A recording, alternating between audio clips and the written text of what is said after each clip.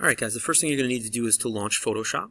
Go down to your Start menu, and if you've forgotten, it looks kind of like a blue feather here, Photoshop CS2. Once you launch it, the program will open up, and you want to turn on 2 of your windows so you can get started.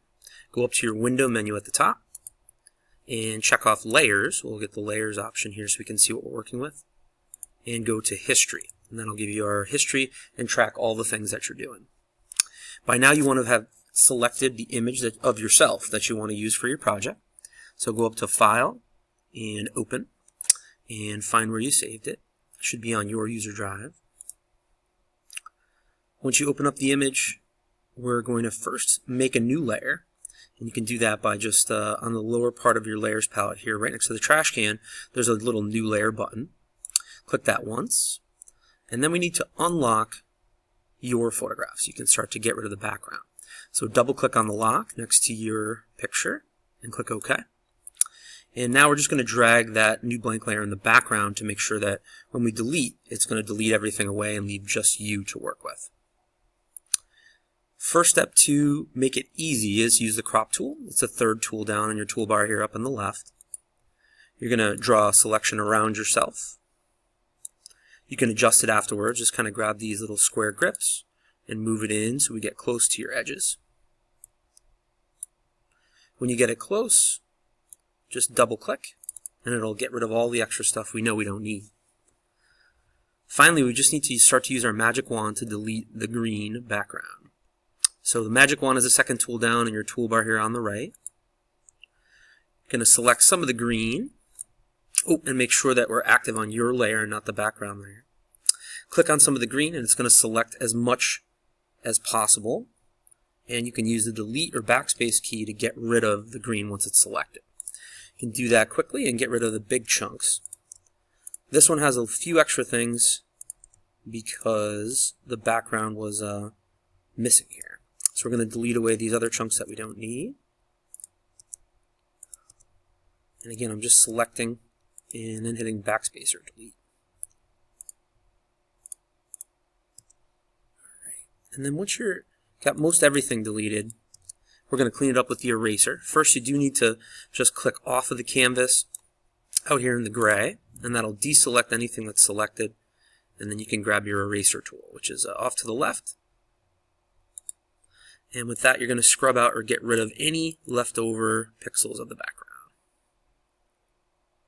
If you make a mistake, Control-Z will back you up one step, or you could jump over to your history and just click back on any one of these things you've done, and it'll rewind it for you. So I'm just going to delete the remaining stool and some of the extra things. And once you get just you there, you'll see this checkerboard pattern means that there's nothing in the background. We've gotten rid of everything. You're going to be ready to put yourself onto your new canvas. So we're going to leave you up there and go up to File and select New. And File New, this time we're going to be setting everything to pixels. We're making the poster the same size as the original movie poster that we made last time. And that's going to be 600 pixels wide by 900 pixels tall. Click OK and you're going to have your new canvas here to work with.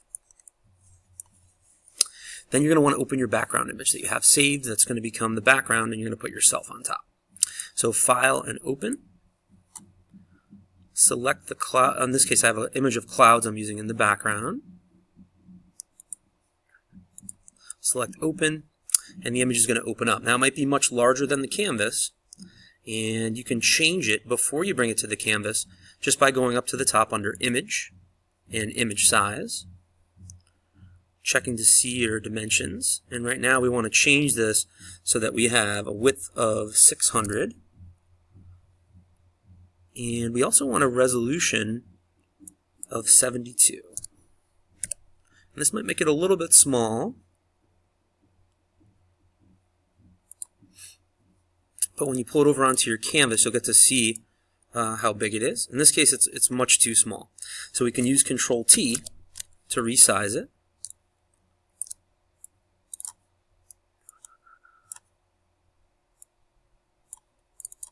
When you double click, it should resharpen the image. This one's a little blurry, but we'll be able to use it just for this example. The next step is to click back to your image, use the move tool, which is just the arrow, and drag yourself over onto the canvas. And the first thing you're going to see again is that you are very large compared to the canvas or the background. So we're going to go full screen just by hitting the square up top here. Tap Control T again, and we just have to be able to see the edge of the image. Use the Shift key at the corner, and we're going to just squish it down to make it smaller to fit onto the canvas. And you'll have to decide how big you need to be.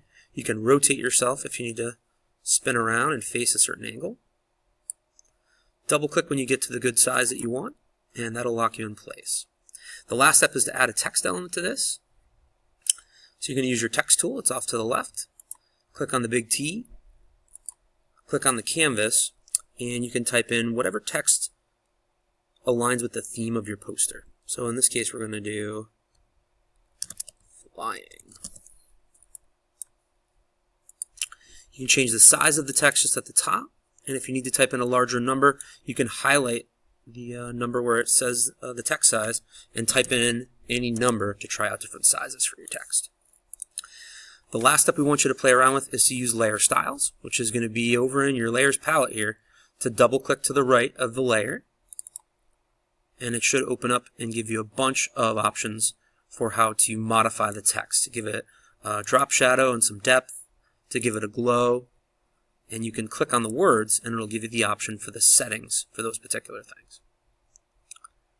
That's it. So make sure that you get the basics together and make sure to ask any questions that you need. Thanks for watching.